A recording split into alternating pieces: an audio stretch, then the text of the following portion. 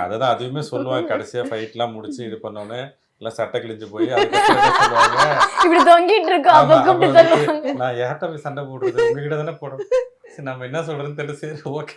அப்புறம் உடனே நான் அது எனக்கே கொஞ்சம் கஷ்டமா இருக்குமா, சரிப்பா ஒரு ரைடு போயிட்டு ஒரு எக் வந்து பிரெட் ஆம்லெட் சாப்பிட்டு வரலாம் அப்படின்னா, சரி வா அப்படின்னு கிளம்பி வருவாங்க.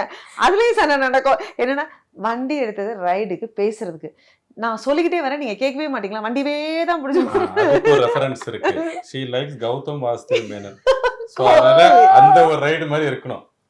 ஆமா அப்படி போகணும் ரைடு. ஆமா அப்படி ஒரு காயச்சா ஜாலியா பாட்டு பாடிட்டு காஃபி வித் கௌதம் மேனன்ங்கிற மாதிரி காஃபி வித் சுகன்யாங்கிறது தான் அதுதான் தீமே.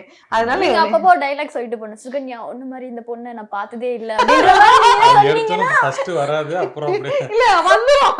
ஆனாடா இந்த என்ன உன்னை உன்னை மாதிரி மாதிரி இந்த நான் பொண்ணு இல்ல. பார்த்ததே இல்ல. உன்னை மாதிரி நான் பார்த்ததே இல்ல. அது ஒரு கிட்டத்தட்ட என்ன சொல்றது, ஒரு ஃப்ரீக்வெண்டா நான் அடிக்கடி கேட்கிற ஒரு டைலாக். உன்னை சமாளிக்கிறது தான்டா எப்படின்னு தான்டா எனக்கு தெரியல அப்படின்னு. இல்ல அது இனிஷியலா அப்படி சொல்லிட்டு இருந்தோம். அதுக்கப்புறம் ஒரு ஃப்ரீக்வன்சி தெரியும். சரிடா எப்படி காஃபி என்ன ஷாப் போலாமா அப்படின்றாங்க.